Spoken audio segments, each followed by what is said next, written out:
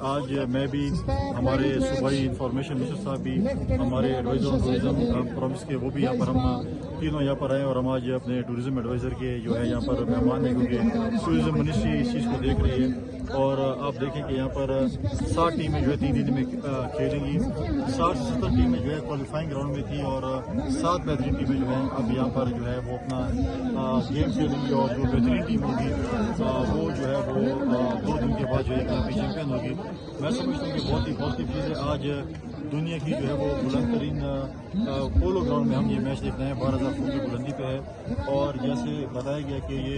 Game 1800 میں شروع ہوئی اور یہ جو ہے وہ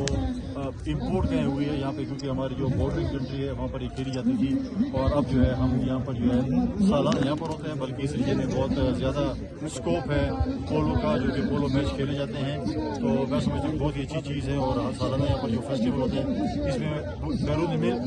سے لوگ آتے ہیں اور انشاءاللہ اس کو ہم بہتری کی طرف لے کر جائیں گے کہ اگلے سال جو ٹورنامنٹ ہو اس میں ہم اپنے ٹورسٹ کے لیے اور جو ہے سہولیات مہیا کریں چیزیں ہوں. تو بہت ایک اچھا محسوس ہو رہا ہے کہ ہم یہاں پر آئے ہیں اور یہاں پر یہ بھی بتایا گیا کہ پولو کے حوالے سے اس ریجن میں جو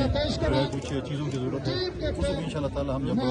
واپس جائیں گے صوبائی حکومت اور ہم مل کر وفاق سے بات کریں گے اور یہاں پر مختلف مسائل ہیں NHA کے حوالے سے مسائل ہیں جو وفاق کے مسائل ہیں اس کو بھی حل کریں گے اور جو پروونشل مسائل ہے وہ ہم اپنی صوبائی حکومت کو CM صاحب کو سفارشات دیں گے تاکہ ہم یہاں کی ترقی میں جو ہے